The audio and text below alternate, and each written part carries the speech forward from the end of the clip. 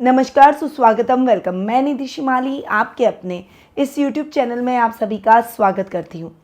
आज मैं आपके सामने राहु और केतु की चर्चा लेकर उपस्थित हुई हूँ, क्योंकि राहु का राशि परिवर्तन होने जा रहा है। राहु और केतु अब तक अपनी सम राशियाँ मेष और तुला में विराजमान थे और 30 अक्टूबर को दोपहर 2:13 पर वे अपनी सम राशि यानी गुरु के स्वामित्व वाली राशि मीन में प्रवेश करेंगे और केतु कन्या राशि में प्रवेश करेंगे।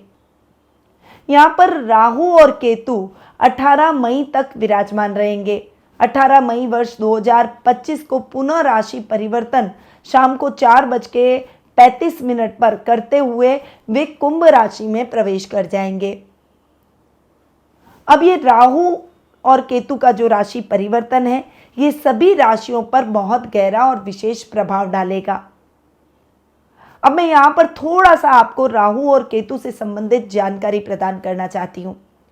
राहु और केतु की उत्पत्ति के बारे में जानना बहुत जरूरी है, क्योंकि ये छाया ग्रह होते हुए भी इतने प्रभावशाली कैसे हैं, इतना ज़्यादा गहरा प्रभाव हमारे जीवन पर कैसे डालते हैं, जबकि उन्हें किसी भी राशि का स्वामित्व प्राप्त नहीं है। उसके बावजूद भी ये ग्रह वक्री और छाया ग्रह कहलाते हैं। अब ये छाया ग्रह कैसे हुए, वो तो सभी को कथा पता है कि भगवान विष्णु ने स्वर्ण भानु नामक राक्षस का सुदर्शन चक्र से गला काटा था। उसके बाद में राहु और केतु ग्रहों की उत्पत्ति हुई। पर आपको पता है कि स्वर्ण भानु नामक जो राक्षस था, उसके वंशज कौन थे?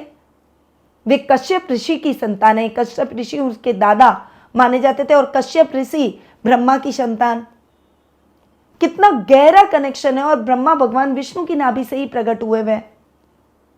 इसीलिए इतना गहरा प्रभाव इन दोनों ग्रहों का हमारे जीवन पर रहता है, जबकि ये छाया ग्रह है। इन्हें हम क्रूर ग्रहों की श्रेणी में डालते हैं। शनि, राहु और केतु, इन तीनों ग्रहों का भी आपस में संबंध है।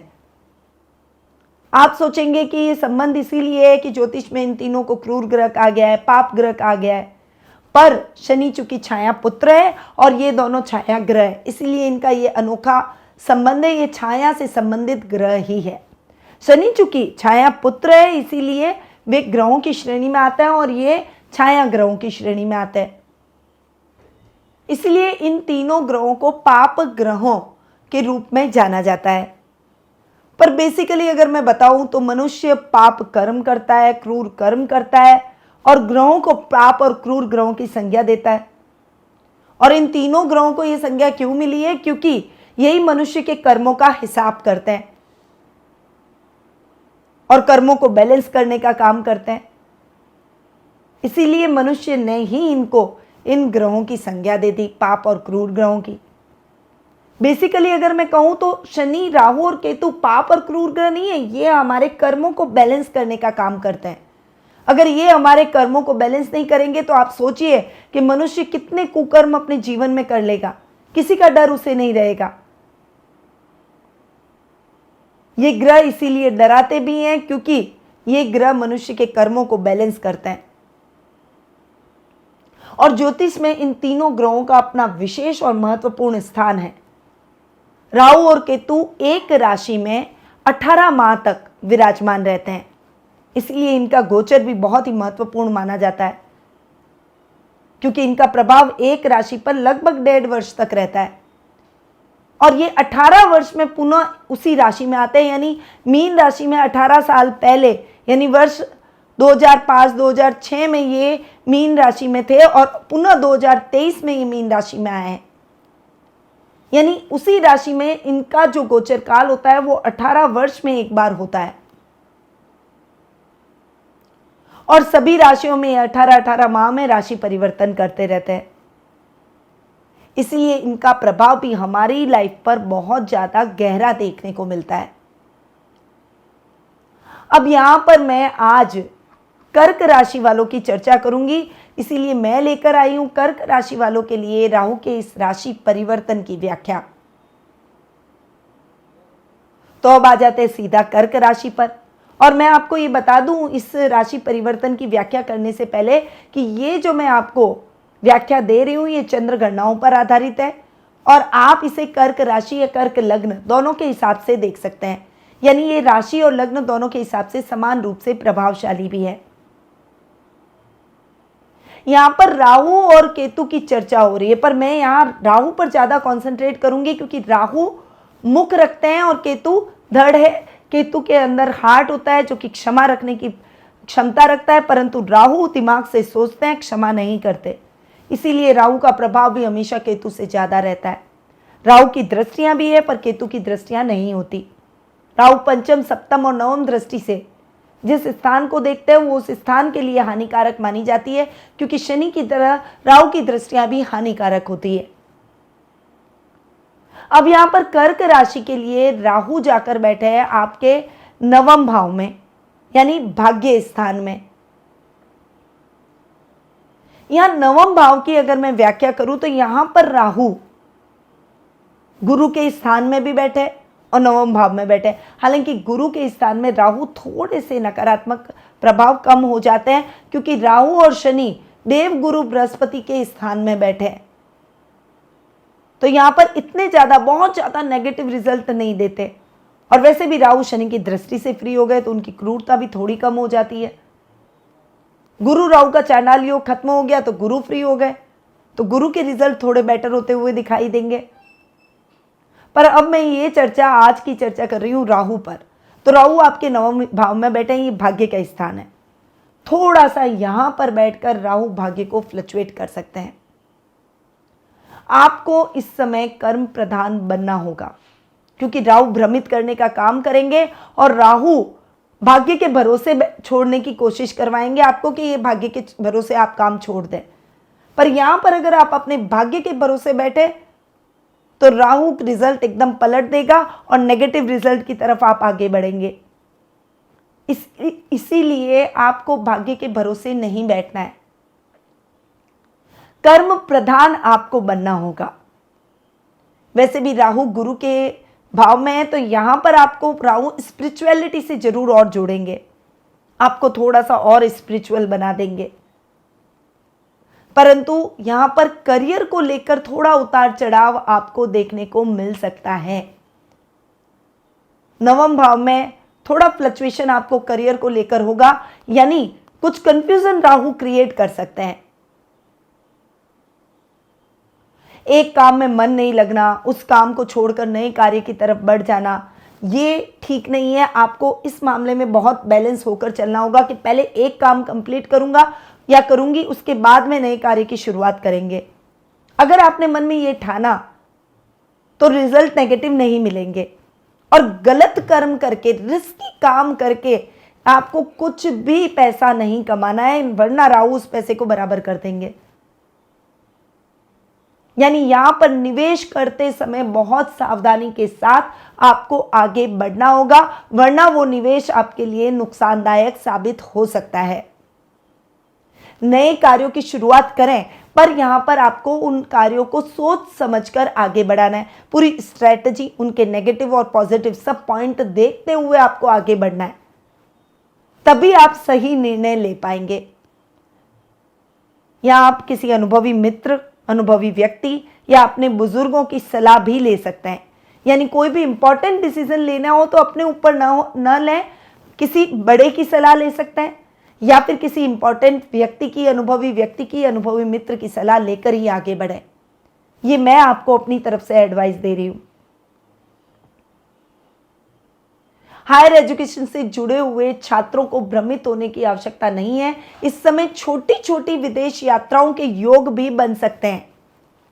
पर अगर आप काम के सिलसिले में यात्राएं कर रहे हैं तो वो आपके लिए बहुत ही अच्छी और बेनिफिशियल रहेगी। पर यदि आप घूमने जा रहे हैं तो आपको हो सकता है कि वहां जाने के बाद लगे कि पैसा वेस्ट हो गया।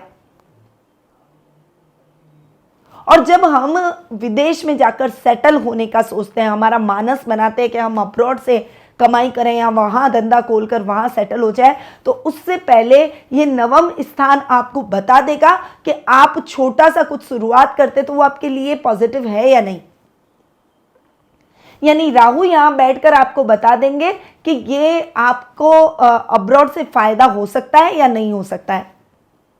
तो आपको उस अपॉर्चुनिटी को, उस समय को आपको ऑब्जर्व करना है। इस समय आपका ऑब्जर्वेशन बहुत ही तगड़ा होना चाहिए। तभी आप राहु के पॉजिटिव रिजल्ट ले पाएंगे, वरना राहु के नेगेटिव रिजल्ट आपके सामने आएंगे। अब आते हैं राहु की दृष्टियों पर। राहु की 5वीं दृष्टि आपके लग्न पर, आपकी राशि पर पड़ रही है। यहां पर पर्सनैलिटी के घर में राहु की दृष्टि का पड़ना आपके लिए इतना अच्छा और शुभ संकेत नहीं है। वैसे भी कर्क राशि वाले बहुत इमोशनल, सेंसिटिव, भावुक होते हैं और भावुकता से ही सोचते हैं, यानी दिल से ज्यादा सोचते हैं, दिमाग का इस्तेमाल कम करते हैं। उनके साथ चीटिंग भी अधिक होती है और इसमें अगर राहु की दृष्टि पड़ रही है तो आपकी भावुकता बढ़ सकती है, कंफ्यूज हो सकते हैं, डिसीजन मेकिंग बिगड़ सकती है। इसीलिए बहुत ज्यादा समझें और संभलें। परिवार से बॉन्डिंग बनाए रखें। अपने घर के कोई भी आपके जीवन के डिसीजन हो तो घर के, परिवार के लोगों को शामिल करके वो डिसीजन लें। खुद के ऊपर निर्णय लेके आगे बढ़ने का प्रयास ना करें, हो सकता है वो निर्णय अपोजिट हो जाए और आपको नुकसान देखना पड़े, तो बहुत ज्यादा संभलें। अब राहु की 7वीं दृष्टि आपके त्रिक स्थान यानी पराक्रम भाव पर पड़ रही है। ये राजनीति में तो आपको अच्छे रिजल्ट दे सकती है। राजनेताओं के लिए ये समय थोड़ा अच्छा हो सकता है, पर कंट्रोवर्सी से आपको बचना होगा। यहां पर भी आपको ध्यान रखना होगा कि ओवर कॉन्फिडेंट ना हो, कोई भी ओवर कॉन्फिडेंट होकर डिसीजन ना ले, वरना वो आप पर भारी पड़ सकता है। डाउन टू अर्थ होकर सोचेंगे तो ग्राउंड लेवल पर काम होगा, जनता के प्रिय बन जाएंगे और आपका करियर का ग्राफ ऊपर जाएगा। वहीं भाई बहनों के साथ, विशेषकर छोटे भाई बहनों के साथ एक ट्यूनिंग बनाकर रखें, मतभेद न होने दें, पैतृक संपत्ति संबंधी विवादों को साइड कर दें। हर समय एक बातचीत का रास्ता व्यक्ति के जीवन में होता है, पर हम कई बार अग्रेशन, गुस्से में बातचीत का रास्ता ढूंढना ही नहीं चाहते, उस रास्ते पर चलना ही नहीं चाहते, उस मार्ग को अपनाना ही नहीं चाहते। आपको ऐसा नहीं करना है। उस मार्ग को अपनाते हुए अपने जीवन में आगे बढ़ेंगे तो रिश्तों में भी तालमेल रहेगा और नुकसान की स्थितियां भी कम रहेगी। अब राहु की 9वीं दृष्टि आपके 5वें भाव पर पड़ रही है, जो कि विद्यार्थी वर्ग के लिए इतनी अच्छी नहीं है। शिक्षा में बाधाएं उत्पन्न कर सकती है, आपको कंफ्यूज कर सकती है। यानी कैसे कि आपने पहले पूरी तैयारी की, परीक्षा में बैठे, आप बहुत ओवर कॉन्फिडेंट, मेरे को तो सब आता है, और बैठे और आप बिल्कुल ब्लैंक हो गए। राहु ने आपको कंफ्यूज कर दिया कि अब मैं क्या करूं। तो ऐसी पढ़ाई भी ना करें। मतलब कि आपने एक चैप्टर याद किया है तो उससे पूरा आपको सुनिश्चित कर लेना है कि वो आपने याद कर लिया है। अब आपको नींद से उठाकर पूछो तो भी आपको याद रहेगा। इस तरह की अगर आप पढ़ाई करेंगे तभी आपको रिजल्ट अपने लिए सकारात्मक मिलेंगे, वरना नेगेटिव रिजल्ट राहु के मिल सकते हैं। क्योंकि राहु भ्रमित करता है। मैंने आपको पहले ही बताया, राहु का काम ही भ्रमित करना है।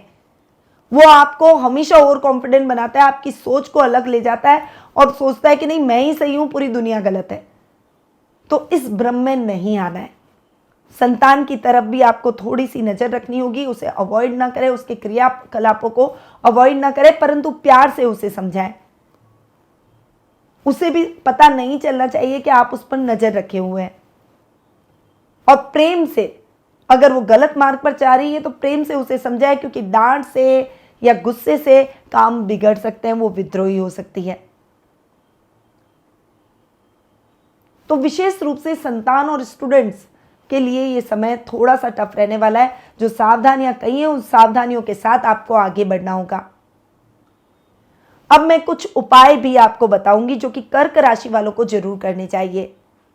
कर्क राशि वालों को राहु के दोष को दूर करने के लिए शनिवार और रविवार के दिन काला कपड़ा या भूरा कपड़ा बिल्कुल भी ना पहने। वैसे भी ब्लैक और ब्राउन कलर को अवॉइड करें तो आपके लिए बेहतर होगा।